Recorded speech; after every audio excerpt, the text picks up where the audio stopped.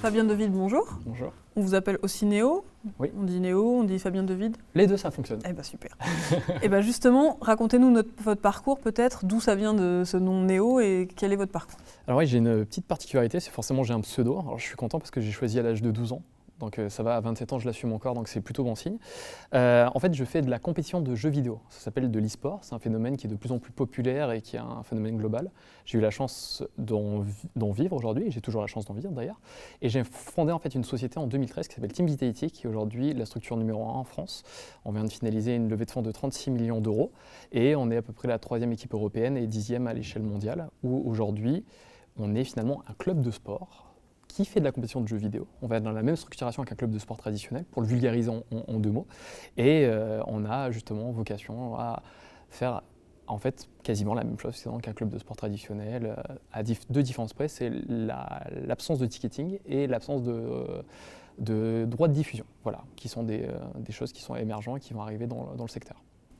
Et alors le jeu vidéo, mais donc le e-sport aussi, ce sont des pratiques qui vont ouvrir de nouveaux territoires de sociabilisation ou qui conduisent un peu à se refermer? Alors, mon expérience personnelle aujourd'hui, c'est que moi aujourd'hui, le jeu vidéo m'a complètement finalement ouvert au monde. C'est-à-dire que je viens d'Avignon, je suis un petit provincial, etc. Je n'avais pas forcément les moyens avec mes deux parents fonctionnaires de voyager. Et au final, grâce justement à la console, aux jeux vidéo, j'ai pu me faire des amis anglophones, pratiquer l'anglais, voyager à travers des compétitions, faire le tour du monde, rencontrer des personnes qui finalement vont être et qui sont encore mes amis. Donc pour moi, à titre personnel, finalement, le jeu vidéo justement a été une fenêtre finalement sur tout ce qui est le monde, l'extérieur, et qui a été vraiment fondateur dans mon adolescence. Je pense qu'aujourd'hui, le jeu vidéo est quelque chose de profondément social et sociable.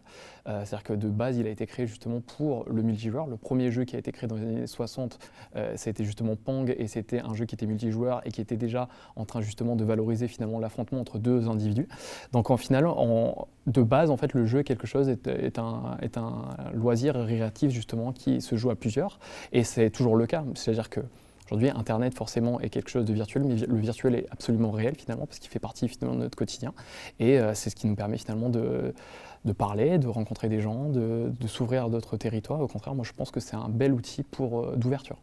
Et le e-sport au sein des jeux vidéo, c'est une petite partie, mais est-ce que ça participe à la démocratisation et à la visibilité des jeux vidéo? Je pense que oui, parce qu'aujourd'hui on se raccroche finalement à des codes qui sont proches du sport traditionnel, et aujourd'hui en fait le sport est très facile de comprendre. Il y a un vainqueur, un perdant. Le vainqueur soulève la coupe, il est heureux, le perdant pleure, il a perdu. Donc c'est facile, c'est très binaire, c'est très facile à comprendre, et finalement les jeux vidéo c'est énormément finalement du multijoueur, de la confrontation, donc ça se rapproche finalement de ces codes qu'on connaît déjà.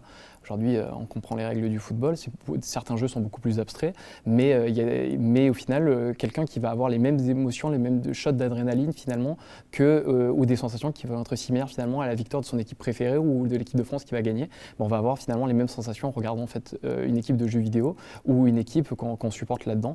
Donc en fait, il y a beaucoup de similitudes, et je pense que fondamentalement, en fait, c'est la même chose.